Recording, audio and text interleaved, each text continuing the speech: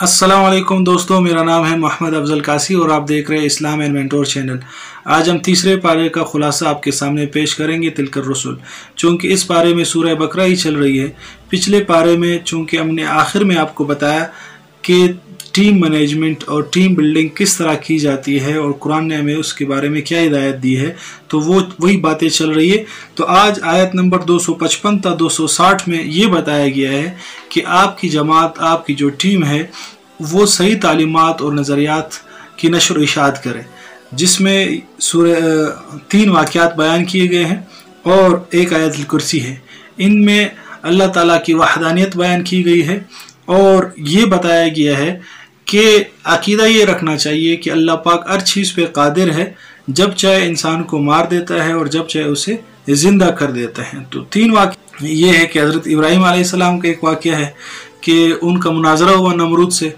ये बहुत मशहूर वाक़या है। मैं सिर्फ इशारा करता हूँ कि नमरूद ने कहा कि मैं भी मारता हूँ और ज़िंदा करता हूँ एक बंदे को उठा के, उसने जो जिस पे सज़ा थी कि उसको फांसी दी जाएगी उसको छोड़ दिया और आम बंदे को उठा के उसको मार दिया। तो कहा देखो, एक बंदे को मैंने छोड़ दिया जिसको मौत की सज़ा मिलनी थी, तो मैंने ज़िंदा कर दिया उसको, और एक जो ज़िंदा तो उसको मैंने मार दिया। तो इब्राहीम अलैहिस्सलाम ने फिर कहा कि मेरे अल्लाह वो है जो सूरज मशरिक से निकालता है और मगरिब में गुरूब करता है। अगर तू रब है तो तू मगरिब से निकाल और मशरिक में गुरूब कर दे। तो नमरूद इस वाक़े से मबहूत हुआ और परेशान हुआ। फ़बुहितल्लज़ी कफ़र, यानी एहरान परेशान रह गया कि अभी मैं इसको क्या जवाब दूँ। दूसरा वाक़या ये हुआ कि उज़ैर अलैहिस्सलाम एक बस्ती पे गुज़र हुआ, तो वहाँ देखा कि एक बहुत ही वीरान बस्ती है जहाँ के लोग यानी कि मर चुके हैं काफ़ी अरसा पहले। तो उज़ैर अलैहिस्सलाम ने कहा, या अल्लाह, आप कैसे इस बस्ती को वापस ज़िंदा करेंगे? तो उसी वक्त अल्लाह पाक ने इन पर नींद तारी कर दी। 100 साल तक वो सोते रहे। 100 साल के बाद जब उठे तो अल्लाह रब्बुल इज़्ज़त ने पूछा कि कितने दिन सोए? कहा कि यौमिन और बाद यौम, कि आधा दिन या एक दिन। तो अल्लाह ताला ने फरमाया कि नहीं, 100 साल तक तुम सो रहे थे और अभी देखो अपने हिमार यानी गद्दी की तरफ देखो। जब गद्दी की तरफ देखा तो उनकी अड्डियाँ, काल वगैरह कुछ भी नहीं था, बिल्कुल बुरादा बन गया था, छूरा छूरा। तो अल्लाह पाक ने हुक्म दिया तो उसके जो गद्दा है वापस उठा, और इस अंदाज से उठा कि उसकी अड्डियाँ पहले बनी, फिर उस पर गोश्त चढ़ा, फिर उस पर काल चढ़ाई गई। तो उज़ैर अलैहिस्सलाम एकदम हैरान हो गए। फिर कहा कि अपने काने की तरफ देखो, तो उनका जो काना था वो उसी तरह गर्म पड़ा हुआ था जिस तरह 100 साल पहले था। तो उज़ैर अलैहिस्सलाम ने कहा कि बेशक या अल्लाह तो हर चीज़ पे कादिर है। तीसरा वाक़या, इब्राहीम अलैहिस्सलाम ने अल्लाह रब्बुल इज़्ज़त से अर्ज़ किया कि या अल्लाह, आप कैसे मुर्दों को जिंदा करते हैं? तो अल्लाह रब्बुल इज़्ज़त ने फरमाया कि क्या तुम ईमान नहीं लाते? कहा कि नहीं, बेशक मैं ईमान लाता हूँ, लेकिन दिली इत्मीनान के लिए ये कह रहा हूँ और ये पूछ रहा हूँ। नाज़रीन, अंबिया के लिए तो है कि वो दिली इत्मीनान के लिए ये सवाल करे अल्लाह रब्बुल इज़्ज़त से, लेकिन आम आवाम के लिए ईमान लाजमी है, ईमान फ़र्ज़ है कि वो ईमान लाए, चाहे दिली इत्मीनान हो या ना हो। और शरीयत के ऐसे अहकामात है, अगर उस पर गौर व फिक्र किया जाए तो दिली इत्मीनान हो ही जाता है, अगर फितरत सलीम है इंसान की।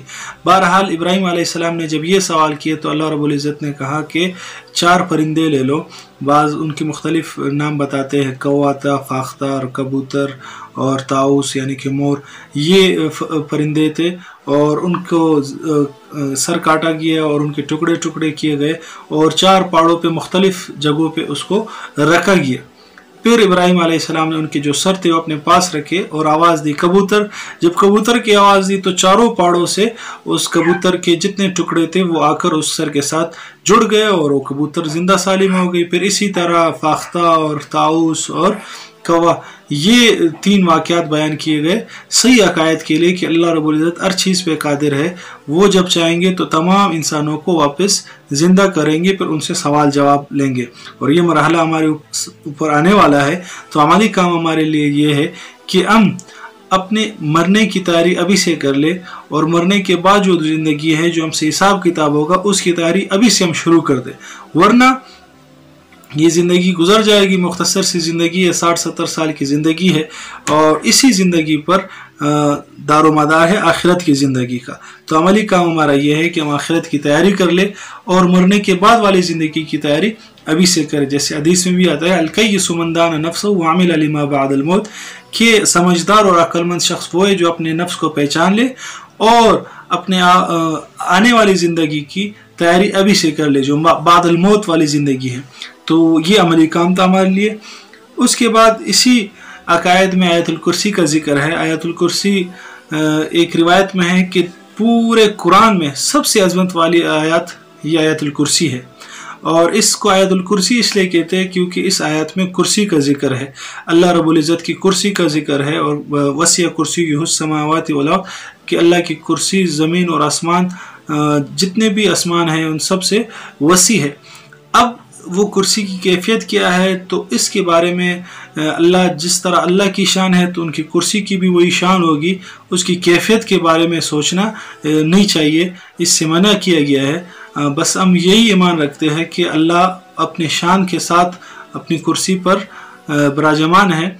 अब अल्लाह रब्बुल इज़्ज़त ही जानते हैं उसकी सही हकीकी कैफियत, आम लोग उसको नहीं जान सकते। तो ये कुर्सी के मुतालिक था। आयतुल कुर्सी की फजीलत के बारे में आता है कि जो शख्स हर नमाज के बाद आयतुल कुर्सी पढ़ेगा तो अल्लाह रब्बुल इज़्ज़त उसको जन्नत में दाखिल करेंगे। उसकी और जन्नत के बीच में सिर्फ मौत आयल होगी, यानी कि ये जन्नत है और ये शख्स है। अब ये जन्नत में कैसे जाएगा? मौत आएगी तो डायरेक्ट जन्नत में जाएगा। और दूसरी फजीलत ये है कि अगर एक नमाज के बाद पढ़ा है तो दूसरी नमाज तक वो इंसान अल्लाह की हिफाजत में आ जाता है।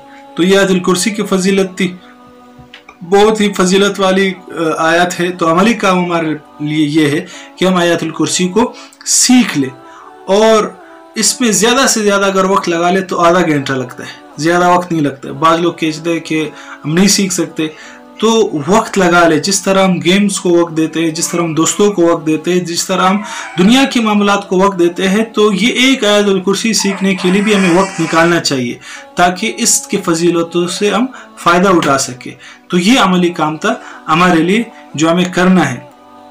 आगे आयत नंबर 261 से लेकर 283 तक ये तंजीम मालियात के बारे में बताया गया है। तंजीम मालियात यानी कि जब टीम बन गई, आपकी टीम मैनेजमेंट हो गई, तो मैनेजमेंट के लिए सबसे लाजमी ये है कि आपके जो माली मामलात है वो भी मैनेज हो। तो उसके लिए अल्लाह रब्बुल इज़्ज़त ने मसलुल्लज़ीना युनफ़िक़ून अम्वालहुम फ़ी सबीलिल्लाहि कमसलि हब्बा, यहाँ से लेकर आयत नंबर 283 तक मालियात के हवाले से दो तबकों का जिक्र किया गया है, मालदार तबका और गरीब तबका, और इनके दरमियान ताल्लुक का जिक्र किया गया है। तो इनके दरमियान ताल्लुक दो किस्म का होता है, या तो हमदर्दी का या खुद गर्जी का। हमदर्दी का जो ताल्लुक है वो उसका जिक्र किया गया है कि कर्ज देते हैं मालदार गरीबों को, और दूसरा ये कि उनको सदकात देते हैं। और खुद गर्जी का जो जिक्र है वो सूद पर मबनी है। अब इस उन्वान के तहत तीन मामलात का जिक्र किया गया है। सदकात का, सदकात में फिर सदक़े की कबूलियत की शराइत बताई गई है, उसके आदाब बताए गए हैं, उसके मसारिफ बताए गए हैं। ये आयत नंबर 261 से लेकर 274 तक इसका बयान है। दूसरा उन्वान सूद है, और सूद की उर्मत बयान की गई है, और 5 वईदे सूद खोर के मुतालिक बयान की गई है आयत नंबर 275 से लेकर 281 तक। और तीसरा उन्वान है उदार मामलात, उसमें गवाही और लिखने वाला और गिरवी करना और दियानत के बारे में बताया गया है आयत नंबर 282 से लेकर 283 तक। तो ये तंजीम मालियात के हवाले से ये उन्वानात है। अब हम इसकी थोड़ी सी तफसील बयान करते हैं कि सदकात के बारे में अल्लाह रब्बुल इज़्ज़त ने उसकी कबूलियत की 5 शर्तें बताई हैं। तो ये हमारे लिए अमली काम भी है। अगर हमने सदका देना है तो इन 5 शराइत को मलहूज़ खातिर रखना लाजमी है। सबसे पहले ईमान लाना है, ईमान के बगैर सदका कबूल नहीं होगा। जितने भी गैर मुस्लिम लोग हैं, जितने भी सदकात करते हैं, उनको आखिरत में उसका एक अजर भी नहीं मिलेगा। अजर उसको अगर दुनिया में इसकी कोई मुसीबत वगैरह अल्लाह ने हटा दी तो हटा दी, लेकिन ईमान शर्त है सदक़े के लिए। और दूसरा इखलास शर्त है, यानी अल्लाह की रज़ा शर्त है। अल्लाह की रज़ा के बगैर सदका देना ये फजूल है, उसका उल्टा अजाब होगा, कोई सवाब नहीं मिलेगा। तीसरा, हलाल माल होना चाहिए। हलाल माल अगर नहीं है तब भी सदके का कोई फ़ायदा नहीं होगा। और गरीब पर एहसान न जतलाया जाए। अगर गरीब को आप सदका दे रहे तो उस पर बाद में ये नहीं कहना कि तुम तो हमारे टुकड़ों पर पल रहे हो और फलाना, ये नहीं करना चाहिए। नंबर 5, गरीब को सताया न जाए। ये भी सदक़े की शराइत में से है कि कबूल उस वक्त होगा जब इन शराइत का आप एहतमाम करेंगे। और सदक़े की आदाब बताया गया है कि एलानिया सदका भी कर सकते हैं और छुप कर भी कर सकते हैं, दिन को भी कर सकते हैं और रात को भी कर सकते हैं। लेकिन बेहतर सदका छुप कर सदका करना है। जैसे कि आता है कि दाएं हाथ से अगर सदका दे तो बाएं हाथ वाले को खबर ना हो, और सामने वाले की जो सेल्फ स्टीम है, जो ईगो है, वो हर्ट ना हो, और इज़्ज़त नफ्स मजरू ना हो सामने वाले की।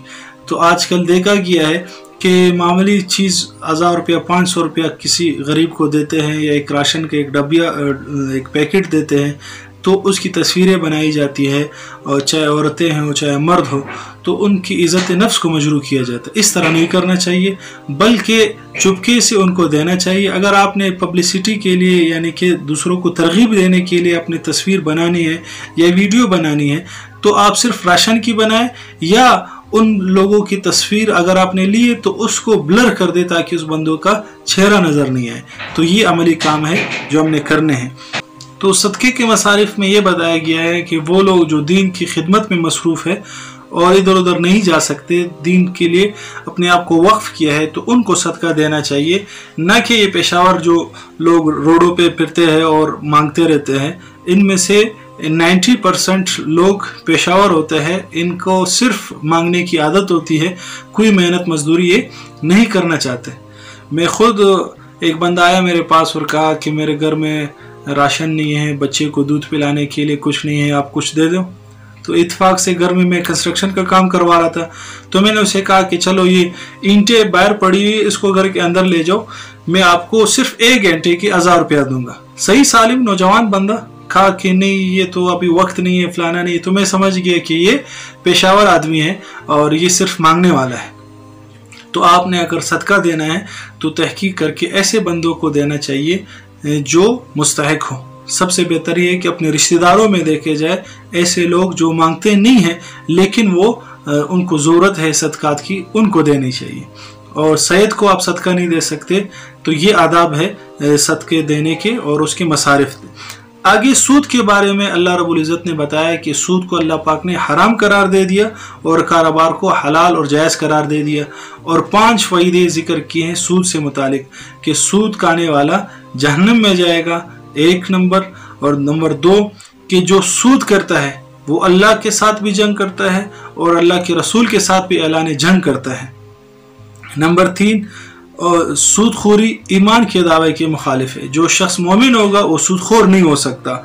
नंबर 4 सूद को अल्लाह पाक मिटाते हैं और सदकात को अल्लाह पाक बढ़ाते हैं। जो शख्स सदका देता है उसके माल में बरकत होगी, और जो सूद खाता है उसके माल में बेबरकती होगी, उस पर परेशानियाँ आएगी, मुसीबतें आएगी, वो माल उसका मिटता जाएगा, ज़ाया होता जाएगा। और नंबर 5 सूदखोर क़यामत के दिन खबती लोगों की तरह, यानी जैसे नशई लोग होते हैं उसकी तरह गिरते पड़ते हुए जैसे मजनून होगा, उस तरह होगा। ये सूद के मुतालिक इन आयत में जिक्र किया गया। आगे उदार मामलात के बारे में अल्लाह रब्बुल इज़्ज़त ने 4 फरीकों का जिक्र किया है। नंबर 1 कर्ज़ख्वाह, नंबर 2 कर्जदार, नंबर 3 किताब कातिब यानी लिखने वाला, नंबर 4 गवाह। अब इनके बारे में बताया गया कि उदार मामलात के हवाले से 4 अहकामात बताए कि किताबत यानी लिखने वाले को चाहिए कि वो लिखने से इनकार न करे और इंसाफ के साथ लिखे। नंबर 2 गवाही देने वाला भी इंसाफ के साथ गवाही दे और गवाही से इनकार न करे। नंबर 3 रहन यानी गिरवी चीज़ अपने पास कब्जे करके रखे तो उसको इस्तेमाल न करे, जब आपके पैसे आपको मिल जाए तो उस चीज़ को वापस आपने करना है सही सालिम। नंबर 4 दियानत यानी जिस पर एतमाद किया जाए, बगैर लिखे और गवाही के गिरवी के कर्ज दिया जाए तो उसको चाहिए कि एतमाद का पास रखते हुए बगैर किसी टाल मटोल के उसको चीज़ वापस कर दे। आगे उम्मत मुस्लिमा का मिजाज बताया गया है सूरह बकरा की आखिरी आयत में, लिल्लाहि मा फिस समावाति से लेकर आखिर तक, और दुआएं बताई गई है कि मुसलमानों को चाहिए कि ये दुआएं मांगे। तो सबसे पहले मिजाज क्या है उम्मत मुस्लिमा का? नंबर 1 कि अल्लाह ताला की हाकिमियत का अकीदा रखना है कि लिल्लाहि मा फिस समावाति वल अर्द, कि अल्लाह ही के लिए है कि जो कुछ आसमानों में है और ज़मीन में है। ये अकीदा होना चाहिए उम्मत मुस्लिमा का। नंबर 2, तमाम अंबिया पर बिला तफरीक ईमान लाना है। ऐसा नहीं है कि जैसे यहूदी हज़रत मूसा अलैहिस्सलाम को मानते हैं, बाकी अंबिया को नहीं मानते, हज़रत ईसा अलैहिस्सलाम को ईसाई मानते हैं, बाकियों को नहीं मानते। मुसलमान तमाम अंबिया पर ईमान लाते हैं, ये मिजाज है। नंबर 3, अल्लाह ताला की मुकम्मल ताबेदारी का इकरार करना है कि अल्लाह रब्बुल इज़्ज़त ने जो हमें अहकामात दिए हैं उस पर हमने मुकम्मल पाबंदी करनी है, उसको बजा लाना है। नंबर 4, अल्लाह ताला से मदद और माफ़ी की दुआ करनी है कि अल्लाह हम तो कमज़ोर है, हमसे भूल चूक हो सकती है, हम इंसान है, अगर हमसे भूल चूक हो जाए तो उसे माफ़ फरमा दे और हमारी मदद फरमा। जो कुफार हमारे ख़िलाफ़ साजिशें कर रहे उनकी साजिशों को उनके ऊपर उल्टा कर दे और पूरे उम्मत मुस्लिमा को इत्तेफाक और इत्तेहाद नसीब फरमा। तो अमली काम हमारे लिए ये है कि ये जो उम्मत मुस्लिमा का मिजाज बताया गया है आखिरी सूरह बकरा की आयत में, तो ये मिजाज हमने अपनाना है और इस पे मेहनत करनी है, इस पे कोशिश करनी है और इसी की दावत देनी है। आगे सूरह अल इमरान का बयान है। सूरह अल इमरान, इसकी भी बड़ी फजीलत आई है।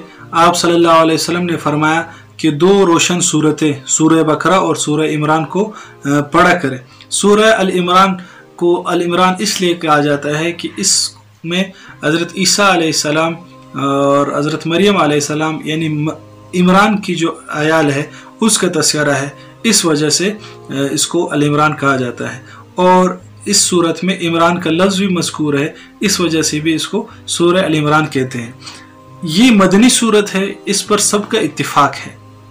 कुरान में इसकी तरतीब 3रे नंबर पर है और नुज़ूल के एतबार से ये 89 नंबर पर है और इसके रुकवात 20 है, आयात 200 है और कलिमात 3480 है और हरूफ 14525 हरूफ है इसमें।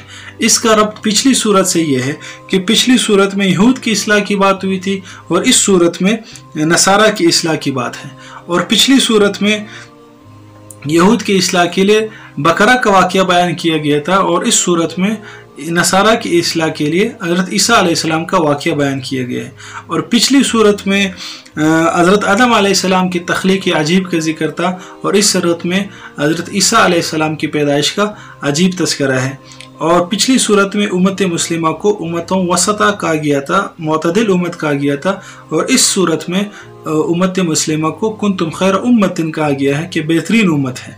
इसकी सूरत के शुरू और आखिर में तत्बीक ये है, रब्त ये है कि शुरू में आसमानी किताबों के नुज़ूल का जिक्र है और आखिर में इन किताबों पर ईमान का जिक्र है। अब इसका खुलासा सूरह अल इमरान का आपके सामने पेश करते हैं और ये 3रे पारे में जितना अल इमरान का जिक्र होगा वो आपके सामने पेश करेंगे, बाकी इंशाल्लाह कल। सूरह अल इमरान में आयत नंबर 1 था 17, इस आयत और इस्लाम का इख्तिलाफ बयान किया गया है और गुफ्तगू का उसूल बयान किया गया है।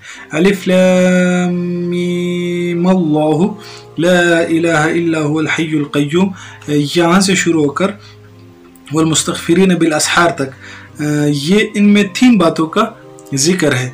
सबसे पहले इस्लाम और इस आयत का इख्तिलाफ किस चीज़ पर है इसका बयान है, गुफ्तगू का उसूल क्या होना चाहिए इसका बयान है, और नंबर 3 गुमराही के असबाब क्या है, इस आयत क्यों गुमराह हुई और या जो लोग गुमराह होते हैं उसके असबाब क्या है। तो इस आयत और इस्लाम का जो इख्तिलाफ है वो अक़ीदा तौहीद और रिसालत में। अक़ीदा तौहीद में इस तरह इख्तिलाफ है कि अल्लाह ताला को मुसलमान जो मुस्लिम दुनिया है वो अपना रब मानती है, वो अपना खुदा तस्वुर करती है और हज़रत ईसा अलैहिस्सलाम को ये लोग खुदा मानते हैं ईसाई लोग। और रिसालत में ये है कि मुसलमान मोहम्मद सल्लल्लाहु अलैहि वसल्लम को आखिरी नबी मानते हैं और उसके साथ साथ बाकी तमाम अंबिया पर भी ईमान लाते हैं, लेकिन ईसाई सिर्फ हज़रत ईसा अलैहिस्सलाम को नबी मानते हैं, बाकी सब के मुनकिर हैं। تو اس آیت کی عقیدہ توحید کے بارے سے کہ یہ سوال کیا جاتا ہے کہ حضرت عیسیٰ علیہ السلام میں اگر یہ درج ذیل صفات ہے جو ان آیات میں بیان کی گئی ہے، آیت نمبر 2، 5 اور 6 میں، تو پھر حضرت عیسیٰ علیہ السلام کو خدا تصور کیا جا سکتا ہے، لیکن یہ صفات حضرت عیسیٰ علیہ السلام میں نہیں ہے، تو آپ لوگ کیوں عیسیٰ علیہ السلام کو خدا مانتے ہو اور خدا کا تصور کرتے ہو؟ تو پہلی چیز کیا ہے، خدا کے لیے، اللہ کے لیے لازمی ہے کہ وہ ازلی حیات ہو، یعنی کہ ہمیشہ سے ہو اور ہمیشہ رہے، تو یہ حضرت عیسیٰ علیہ السلام اس طرح نہیں تھے۔ نمبر 2، کامل قدرت، کہ ہر چیز پہ قدرت ہو، کسی چیز سے عاجز نہ ہو، تو عیسیٰ علیہ السلام اس طرح بھی نہیں تھے۔ نمبر 3، علم کامل ہو، کہ ان کے پاس غیب کا بھی علم ہو، ہر چیز کو جاننے والے ہو، ماقبل اور مابعد تمام چیزوں کا علم ہو، حضرت عیسیٰ علیہ السلام اس طرح بھی نہیں تھے۔ نمبر 4، تخلیق کرنے والا، کہ ماں کے رحم میں اندھیروں میں کسی جان کی تخلیق کرتا ہو جو جیسے اللہ پاک کرتے ہیں، تو حضرت عیسیٰ علیہ السلام اس طرح نہیں تھے۔ یہ صفات صرف اور صرف اللہ تعالیٰ میں ہے، جس کی وجہ سے اللہ ہی کو رب ماننا جاتا ہے اور عیسیٰ علیہ السلام کو رب نہیں ماننا چاہتا، اور عیسائی لوگ اس عقیدے میں غلطی پر ہیں۔ آیت نمبر 7 اور 8 میں ایک نجران کا وفد آیا تھا، حضور صلی اللہ علیہ وسلم کے، نصارہ کے 60 افراد اس میں شامل تھے۔ اس کا تذکرہ ہے کہ انہوں نے حضرت محمد صلی اللہ علیہ وسلم سے دلائل مانگے، حضرت عیسیٰ علیہ السلام کے بارے میں بحث و مباحثہ کیا، تو حضور صلی اللہ علیہ وسلم نے دلائل دیے ان کو۔ آگے آ جائیں گے جو پیچھے بھی ذکر کیے گئے کہ حضرت عیسیٰ علیہ السلام کامل قدرت نہیں رکھتے اور تخلیق نہیں کر سکتے وغیرہ وغیرہ، لیکن ان 60 نصارہ نے پھر بھی ایمان نہیں لایا۔ پھر حضور صلی اللہ علیہ وسلم نے ان کو مباہلی کی دعوت دی، یعنی کہ میں بھی اپنے اہل و عیال کے ساتھ آتا ہوں اور تم بھی اہل و عیال کے ساتھ آ جاؤ، جو غلط ہوگا اس پر اللہ کی لعنت ہو، لیکن اس سے انہوں نے انکار کر دیا۔ تو گفتگو کا اصول اس میں یہ بیان کیا گیا ہے کہ قرآن کی آیات 2 قسم کی ہے، ایک محکمات ہے اور ایک متشابہات ہے۔ محکمات وہ آیات ہے جس کی مراد بالکل آسانی سے واضح ہو، سب کو سمجھ میں آ جائے، اور متشابہات وہ ہے جس کا معنی حقیقی صرف اور صرف اللہ تعالیٰ جانتا ہے اور کوئی نہیں جانتا۔ تو گفتگو کا معیار یہ ہے کہ محکمات میں بحث کرنی چاہیے، نہ کہ متشابہات میں، اور یہ نصارہ لوگ متشابہات سے ہی بحث کر رہے تھے، جیسے کہ روح اللہ، کلمت اللہ، ان کو دلیل بنا کے بات کر رہے تھے۔ تیسری بات کہ گمراہی کے اسباب کیا ہے، لوگ گمراہ کیوں ہوتے ہیں، نصارہ کیوں گمراہ ہوئے، تو حب جاہ اور حب مال، یعنی مال کی محبت اور جاہ کی محبت، منصب کی محبت، عہدے کی محبت اور مشہور ہونے کی محبت اور دنیاوی زیب و زینت کو دیکھ کر لوگ گمراہ ہوتے ہیں۔ ان چیزوں کو چھوڑا جائے، کیونکہ یہ ساری چیزیں عارضی ہے اور دھوکہ ہے، ختم ہو جانے والی چیزیں ہیں۔ تو عملی سبق ہمارے لیے یہ ہے کہ گمراہی کی جو چیزیں بتائی گئی ہے آیت نمبر 10 سے لے کر 17 تک، تو یہ اسباب بتائے گئے ہیں، تو ہمیں چاہیے کہ ان چیزوں سے اپنے آپ کو دور رکھے اور یہ اپنے آپ کو سمجھا لے کہ یہ کیا ہے، عارضی چیزیں ہیں اور ختم ہو جانے والی چیزیں ہیں۔ آخرت کی زندگی ہمیشہ کی زندگی ہے اور ابد الآباد زندگی ہے۔ آیت نمبر 18 تو 64 حضرت عیسیٰ علیہ السلام کے بارے میں عیسائیوں کا جو عقیدہ ہے اور توحید کا عقیدہ، اس بارے میں بات کی گئی ہے اور بتایا گیا ہے کہ شہید اللہ انہ لا الہ الا ہو۔ یہاں سے اس میں بتایا گیا ہے کہ عقیدہ توحید پر اللہ بھی، ملائکہ بھی اور سب کیا ہے، شاہد ہے اس عقیدے پر، اور یہ بتایا گیا ہے کہ مسلمانوں کے لیے عمل یہ ہے کہ اس عقیدے کا اعلان کرے اور جو متعصب لوگ ہو اس سے فضول بحث مباحثہ چھوڑ دے، اور ولا اور برا یعنی دوستی اور دشمنی کا تعلق یہ صرف اس کے اللہ کی ذات پر مبنی ہے، یعنی جو اللہ کی ذات کا دوست ہوگا وہ ہمارا بھی دوست ہے، اور جو اس کا باغی ہوگا وہ ہمارا بھی باغی ہے۔ اور اسوہ نبوی یعنی رسول اللہ صلی اللہ علیہ وسلم کو اپنی زندگی کا معیار بنا لے، یعنی ان کی جو چیزیں ہیں، جو سنتیں ہیں، وہ ہم اپنے زندگی میں لے آئیں۔ اور آگے بتایا گیا کہ حضرت عیسیٰ علیہ السلام کا جو خاندان ہے وہ سب کا سب توحید کا قائل ہے۔ آیت نمبر 35 سے 36 حضرت مریم کی والدہ کا بیان ہے، حضرت مریم رضی اللہ عنہ کا بیان 37، 42، 44، اور حضرت زکریہ علیہ السلام، حضرت عیسیٰ علیہ السلام، ان سب کا بتایا گیا ہے کہ وہ سب توحید کے قائل تھے۔ تو نصارہ پھر کیوں حضرت عیسیٰ علیہ السلام کو خدا مانتے؟ اور آگے بتایا گیا ہے کہ حضرت آدم علیہ السلام بھی بغیر ماں باپ کے پیدا ہوئے ہیں۔ اگر تم لوگ عیسیٰ علیہ السلام کو بغیر باپ کے پیدا ہونے کی وجہ سے اس کو اللہ کا بیٹا کہتے ہو، تو پھر حضرت آدم علیہ السلام کو بھی اللہ کا بیٹا کہو، لیکن عیسائی دنیا اس کی قائل نہیں ہے۔ تو اس سے پتہ چلا کہ حضرت عیسیٰ علیہ السلام اللہ کے بیٹے نہیں ہیں۔ اور پھر بتایا گیا ہے آیت نمبر 61 میں کہ اگر یہ دلائل سے نہیں مانتے تو مباہلہ کی ان کو دعوت دو۔ اور 3 عبرت آموز واقعات آخر میں ذکر کیے گئے ہیں اس بارے کے آخر میں۔ نمبر 1، واقعہ نمبر 1 کیا ہے کہ مریم علیہ السلام جو عمران کی بیٹی تھی، ان کی والدہ کا نام حنتہ بنت ناقوس تھا۔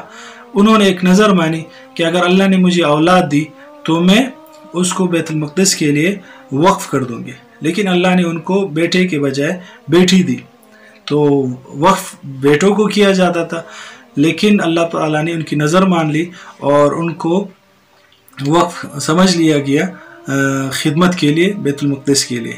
تو حضرت زکریا علیہ السلام نے ان کی کفالت شروع کر دی، وہ بھی قرآن اندازی ہوئی، قلم ڈالے گئے دریا میں۔ تو یہ کہا گیا کہ جس کا قلم مخالف سمت میں چلے اور کڑا رہے تو وہی اس کی کفالت کرے گا۔ تو حضرت زکریا علیہ السلام کا قلم تھا۔ تو یہ ایک واقعہ بیان کیا گیا۔ دوسرا واقعہ یہ بیان کیا گیا کہ مریم علیہ السلام کو اللہ رب العزت بغیر موسم کے بند کمرے میں پھل مہیا کر دیتے تھے۔ تو حضرت زکریا علیہ السلام نے جب یہ دیکھا تو انہوں نے بھی اللہ رب العزت سے دعا کی کہ مجھے بھی اولاد دے۔ تو بعض کہتے ہیں کہ 98 سال کی عمر میں، بعض کہتے ہیں کہ 100 سال سے بھی عمر ان کی تجاوز کر چکی تھی کہ اللہ رب العزت نے ان کو بیٹا دیا یحییٰ علیہ السلام کی شکل میں، اور ان کا نام بھی خود رکھا یحییٰ، اور بتایا کہ اس سے پہلے یہ نام کسی کا نہیں رکھا گیا تھا، اور یہ بتایا گیا کہ وہ پاک دامن ہوں گے اور پاک باز ہوں گے اور حضرت عیسیٰ علیہ السلام پر ایمان لائیں گے۔ اور تیسرا واقعہ اس میں یہ بیان کیا گیا کہ عیسیٰ علیہ السلام کی جو پیدائش ہوئی کہ مریم علیہ السلام کو فرشتوں نے کہا کہ آپ کو اللہ رب العزت اولاد دیں گے، تو انہوں نے کہا یہ کیسے ہو سکتا ہے، میں تو بالکل شادی ہی نہیں کی میں نے۔ تو اللہ رب العزت نے کہا کہ جس طرح اللہ چاہے اس طرح ہوتا ہے، ہم آپ کو اولاد دیں گے۔ اور عیسیٰ علیہ السلام پر اللہ رب العزت نے بغیر باپ کے پیدا کیے، اور وہ ان کے معجزات ہے کہ وہ بچپن ہی میں بولنے لگے، بالکل بچے تھے کہ اللہ رب العزت نے ان کو قوت گویائی دی۔ اور عملی کام ہمارا یہ ہے کہ ہمیں کوشش کرنی چاہیے کہ ہمارے عقائد درست ہو جائے، اور جو اعمال اللہ رب العزت نے ہمیں بتائے ہیں اس بارے میں، صدقے کے آداب بتائے ہیں، سود خوری سے بچنا ہے، اور جو باتیں پوری تفصیل کے ساتھ اس میں ذکر ہوئی ان سے اپنے آپ کو ہم نے بچانا ہے۔ اللہ رب العزت ان باتوں پہ عمل کی توفیق عطا فرمائے، اور یہ پیغام آگے دوسروں تک پہنچانے کی ہمیں توفیق عطا فرمائے۔ السلام علیکم ورحمۃ اللہ وبرکاتہ۔